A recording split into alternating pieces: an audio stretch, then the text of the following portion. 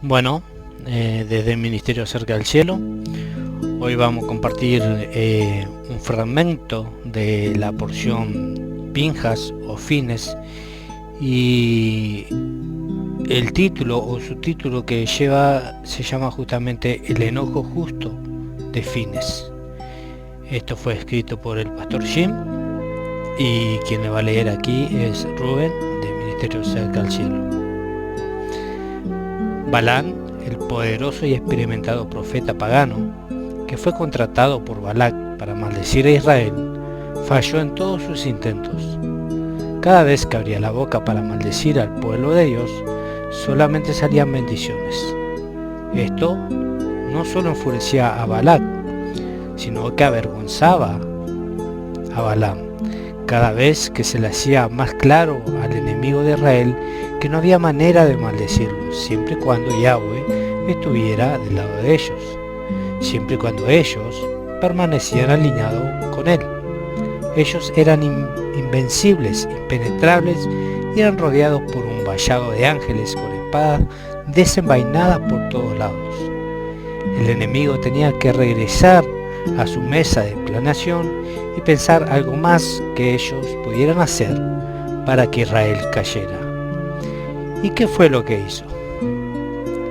¿No sería maravilloso poder vivir una vida con tanta bendición y tener tanta protección que aún las más poderosas fuerzas de las tinieblas y del infierno no pudieran tocar por un segundo?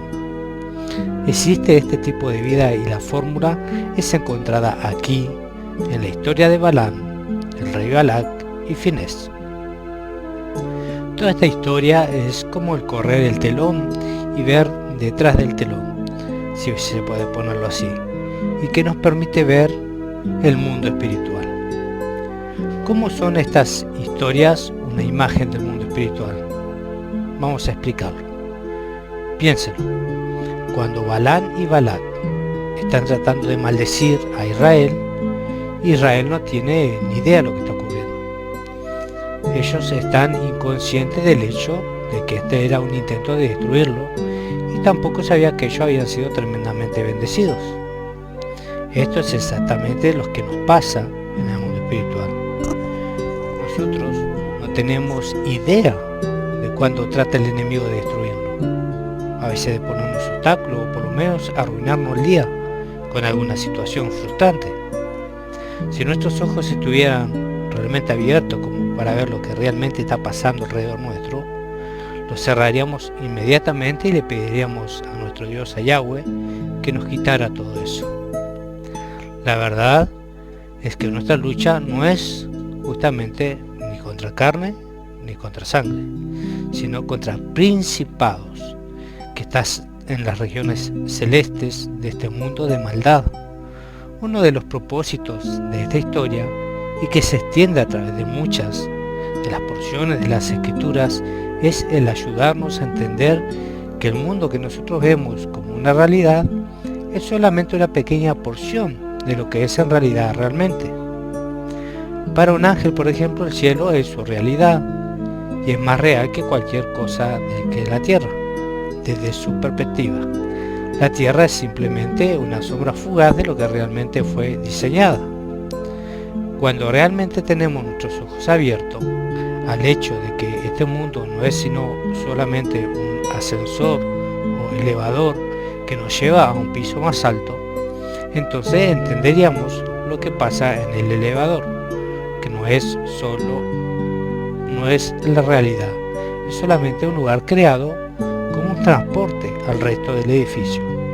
Con esto en mente, veamos cómo la historia de Fines encaja cuando vemos detrás del telón o detrás de cámara, por decirlo así. Después de las porciones que hemos visto anteriormente, hemos ido desde los hijos de Israel siendo descalificados en el río Jordán por el mal reporte que dieron los 10 espías, y los 40 años después en el mismo río Jordán cuando fueron probados otra vez. Es un principio espiritual. Ante cada ascenso o de adquirir una bendición siempre habrá un examen, y desde la perspectiva de Yahweh el examen es siempre en proporción al tamaño y al alcance de la bendición. Los hijos de Israel estaban afuera de Canaán, del otro lado de Jericó, el cual estaba al otro lado del río Jordán. Pero antes de que tomaran la primera ciudad, esta generación tenía que ser probada. Lea todo el capítulo de Números 25 y después siga con lo que le voy a leer a continuación. ¿Cómo pasó esto? ¿Cómo se vieron los israelitas involucrados en este escándalo? Tenemos que ir a Números 31 para encontrar la respuesta. En Números 31:16, he aquí, estas fueron la causa de que los hijos de Israel, por el consejo de Balán, fueran infieles al Señor en el asunto de Peor, por lo que hubo plaga entre la congregación del Señor. Ahora sabemos lo que está tramando Balán. Cuando no pudo encontrar una forma de maldecir a Israel desde afuera, verdaderamente él no quería devolver todo el dinero que estaba recibiendo de Balac. Entonces él maquinó otro plan. Balán sabía que se le había dado el mandamiento de no tomar esposas que fueran extranjeras. Él sabía que si lograba hacer que la gente de Israel quebrara esa ley, entonces ciertamente ellos se estarían maldiciendo ellos mismos. Entonces él le dijo al rey Balac que mandara a las mujeres más bellas a seducir a los hombres de Israel y que lo hicieran quebrar esta ley, y funcionó perfectamente. Este fue el mismo truco que usó la serpiente en el jardín del Edén. La serpiente sabía que no tenía el poder de maldecirla. La serpiente tenía que engañarla para que se maldijera a ella misma quebrando la Torá en el jardín. Hablamos de Eva. Su estrategia no es diferente el día de hoy. El enemigo no tiene jurisdicción sobre la vida de un creyente obediente. Él tiene que adquirir la jurisdicción primero consiguiendo que ellos pequen. Desafortunadamente, él consigue su propósito muchas veces y los hijos de Dios ni siquiera se dan cuenta. Para cuando Finés aparece en escena, miles de personas habían muerto en esa plaga terrible por la desobediencia. Cuando estaban juntando a todos los autores, Finés ya no se pudo resistir. Tomó una espada, fue a una tienda y mató a un israelita y a su concubina. Estos no eran un israelita y una madianita solamente. Este era el cabeza y líder de la tribu de Simeón y ella una princesa de Madián. El Espíritu está tratando de señalarnos que fueron los líderes de la rebelión que una vez más causaron que la gente pecara, y específicamente la tribu de Simeón. Fue precisamente por este pecado que la tribu de Simeón sufrió el mayor daño de la plaga, con casi la mitad de su tribu siendo aniquilada. ¿Ve usted la conexión? Esos que están siguiendo el liderazgo de la tribu de Simeón fueron los que tomaron parte del pecado de su líder. Si no hubiera sido por el celo justo y el enojo de Finés, ¿qué sabe si toda la tribu hubiera sido destruida? ¿Por qué Finés hizo lo que hizo? ¿Tenía algo en contra de Sinri y Cosbi? Si Finés hubiera actuado basado en su deseo de venganza o cualquier otro motivo egoísta, el Todopoderoso no hubiera aprobado sus acciones. Después de todo, por ley, y sus acciones le hubieran causado la muerte. Pero el hecho de que Yahweh lo bendijera por sus acciones es porque la intención de su corazón era su preocupación por parar el derramamiento de sangre y la muerte de su gente que había causado por estos dos. Y por esta acción encontramos otra vez un principio espiritual: cómo parar la plaga de sangre. Esta historia nos enseña que la plaga no iba a parar hasta que alguien pagara por el pecado de Israel con su vida. En este caso descubrimos que eran los líderes de la rebelión que tenían que morir para salvar los pecados de sus hermanos. ¿Acaso Yeshua no hizo lo mismo por nosotros? ¿Acaso no llevó él mismo el pecado del mundo sobre sus hombros? ¿Acaso no fue traspasado por una espada, causando que saliera el agua y que nos daría la vida y la sangre para que fluyera toda la humanidad? ¿Acaso no fue la plaga de la ley del pecado de muerte que fue destruida en el mismo momento que él expiró? Esta historia no solo nos enseña que para recibir la vida abundante usted tiene que morir a la carne, y tomar su cruz y seguirlo a él. También nos enseña que Yahweh siente y valora lo que la gente muestra celo por él. Él ama a la gente con celo y compasión, gente que ama lo que él ama y odia lo que él odia. Veamos algunos de los más poderosos patriarcas de la Biblia. Díganme que tienen todos común. Jacob era muy astuto y habilidoso para conspirar, pero Yahweh con todo su corazón. Era tan terco como una mula, pero no dejó ir al ángel sin la bendición. David danzó como un loco delante del Señor, pero hacía lo que fuera para promover su reino. ¿Era perfecto? Definitivamente no. Con asesinato y adulterio en su currículum, es asombroso que Yahweh lo hubiera escogido, sabiendo que lo que iba a pasar. Pedro era simplemente una montaña rusa emocional, y Pablo algunas veces se pasaba en su celo. Él tenía tanto celo que cuando el profeta Agabo y los 4 profetisas de Felipe le dijeron que se iba a Jerusalén, él iría a prisión, Pablo respondió: porque listo estoy no solo a ser atado, sino también a morir en Jerusalén por el nombre del Señor Yeshua. Pablo terminó en prisión por su celo y desobediencia a una instrucción clara del Espíritu Santo. Muchos creen que cayó en prisión por el Evangelio, pero la verdad es que fue a prisión porque fue acusado falsamente de enseñar en contra de la ley y porque ignoró la voz del Espíritu. En conclusión, podemos ver que Yahweh escoge a algunos que están un poco locos y que demuestran un celo por él. Desafortunadamente el celo algunas veces los mete en problemas, pero él estaba y todavía está dispuesto a tomar el riesgo con esos que demuestran un celo por él. Así como lo dice el antiguo proverbio: donde no hay bueyes, el pesebre está limpio, pero mucho rendimiento se obtiene por la fuerza del buey. En otras palabras, la gente que demuestra un celo por el rey, algunas veces es la gente que deja un desorden tras ellos, pero al mismo tiempo ellos hacen más y crean más para el reino que ningún otro. Supongo que desde la perspectiva de Yahweh es como un paso adelante y 2 para atrás. Desafortunadamente, si David, Pablo, Pedro o Jacob estuvieran vivos hoy y no supiéramos que ellos eran personajes de la Biblia, la mayoría de los creyentes los llamarías arrogantes, jactanciosos y engañadores. La comunidad cristiana nunca dejaría al rey David estar en el liderazgo porque era un convicto de asesinato y de adulterio. Jacob nunca hubiera sido considerado como un patriarca debido a su pasado oscuro. Pedro nunca hubiera sido parte de un consejo de ministros en la mayoría de las iglesias, simplemente porque negó a Cristo 3 veces y luego se convirtió en un hipócrita con los Gálatas cuando se puso de parte de los enemigos de Pablo, los del partido de la circuncisión. Y Pablo, sin lugar a dudas, sería descalificado como un anciano en cualquier lugar debido a su orgullo y el hecho de que ni siquiera estaba casado.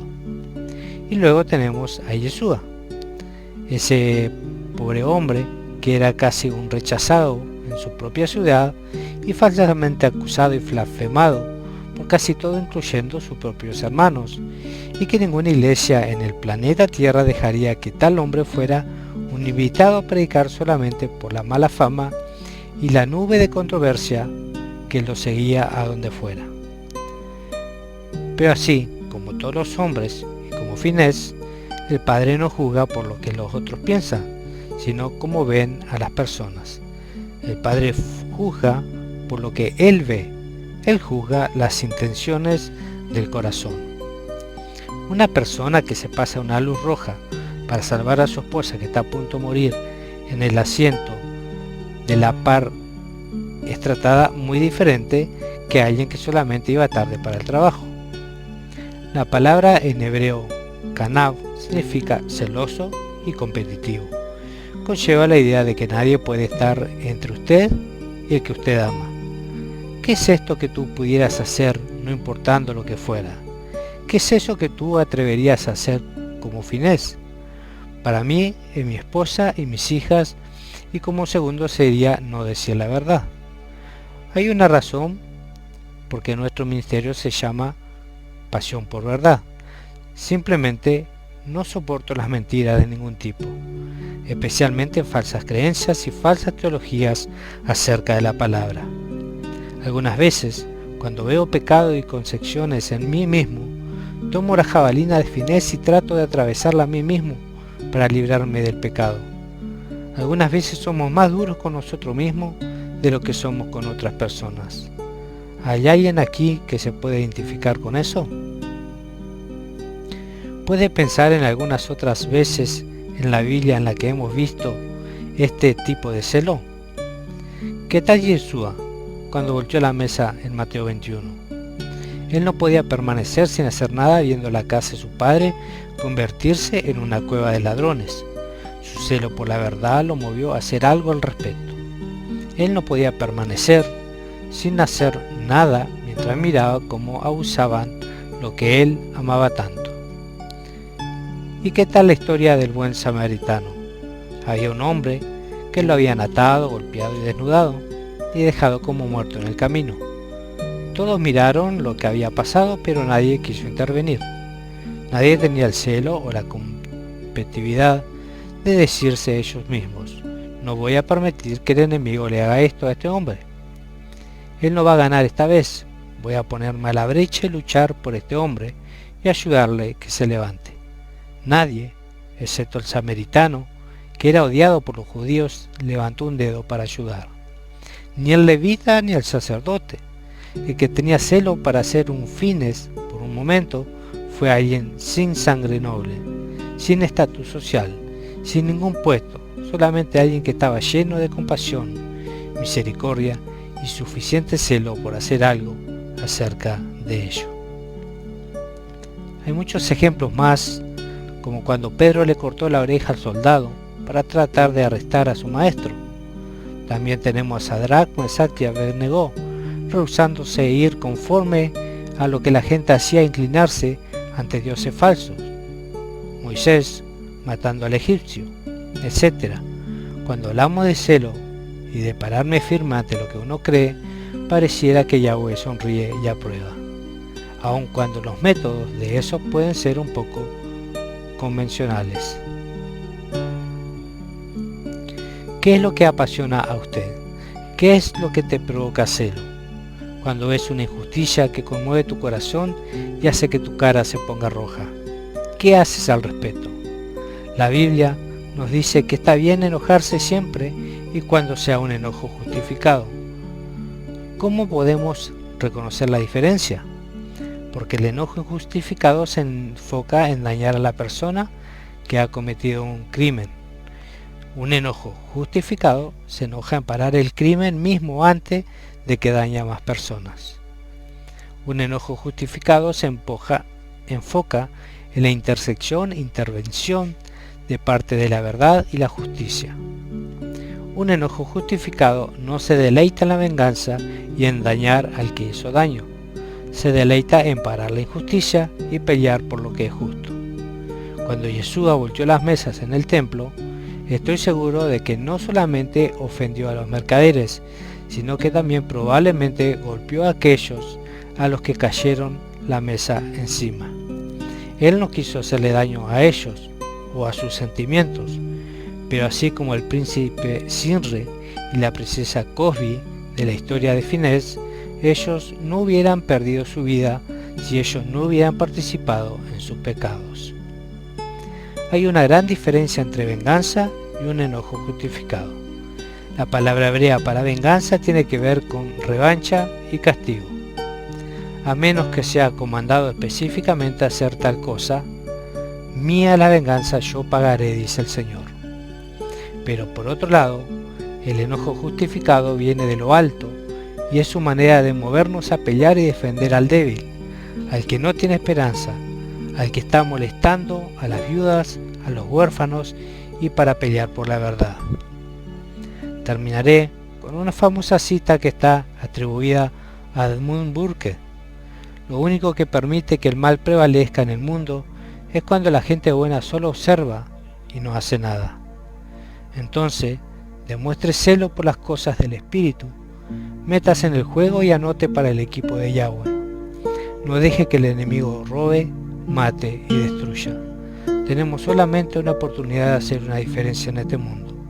Entonces agarre su hondilla y su jabalina y demuéstreselo por Dios. Shalom, espero que esta breve porción haya sido de bendición.